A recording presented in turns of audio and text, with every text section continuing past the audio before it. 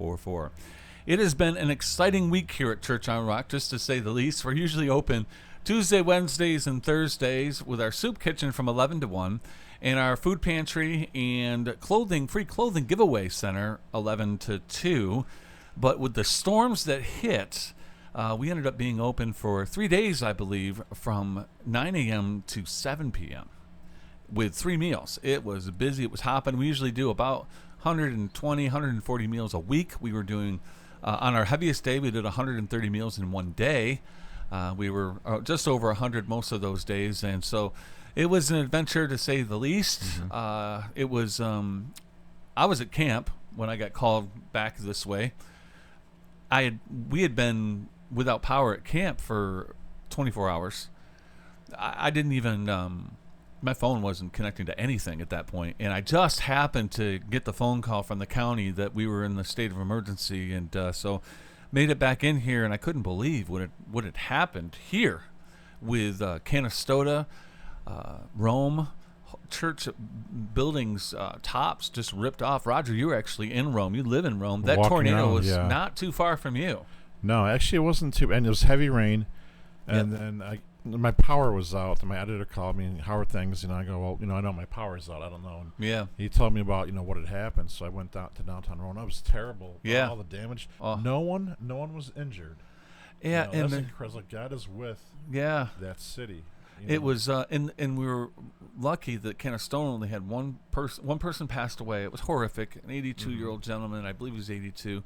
He's trying to get his cars out of the barn or was something. checking his classic car. And he was I've heard so many stories about this man. He was a great guy. Yeah. He passed away, and that's terrible. And then we had several.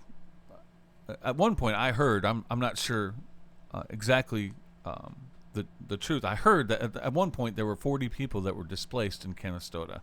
So that was hard. And then Oneida, we just lost power, which really made things difficult because lots of people, when they came in, I heard a lot of the same going on, that we had our refrigerator full of food and meat, and it's all gone now because we don't have any power. So that was the biggest thing that we really saw needing some help. One thing I noticed that was interesting to me down here was breakfast. We didn't have a lot of people for breakfast, maybe 10 or 15 people. Lunch we had more, and then dinner we had a lot. Mm-hmm. So that tells me that maybe if there's a way in the next month or so to maybe go to 1 or 2 dinners in the evening a week, that would really, really be great, because I think that there's a really big need there. A lot of people aren't getting up in the summer here until 9, 10 o'clock in the morning anyway. So. Mm-hmm. So with all of that said, and the amazing things that happened, we had Testimony Sunday here at the church, and I'll talk a little bit about that in a second, but we had some testimonies happen here as a result of what was going on. We weren't ready and prepared to do 3 meals a day.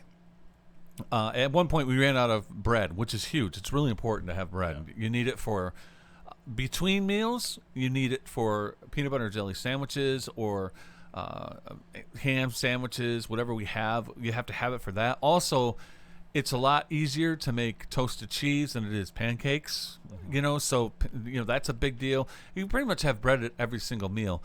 And we had enough for the week, but we had enough for the week being open from 11 to 1, not 3 meals, 3 days. Mm-hmm. We ran out of bread fairly quickly. I throughout social media, through Church on the Rock and Oneida for Change, which is a really other great page for people in Oneida here to be in touch with. The mayor does that. Absolutely.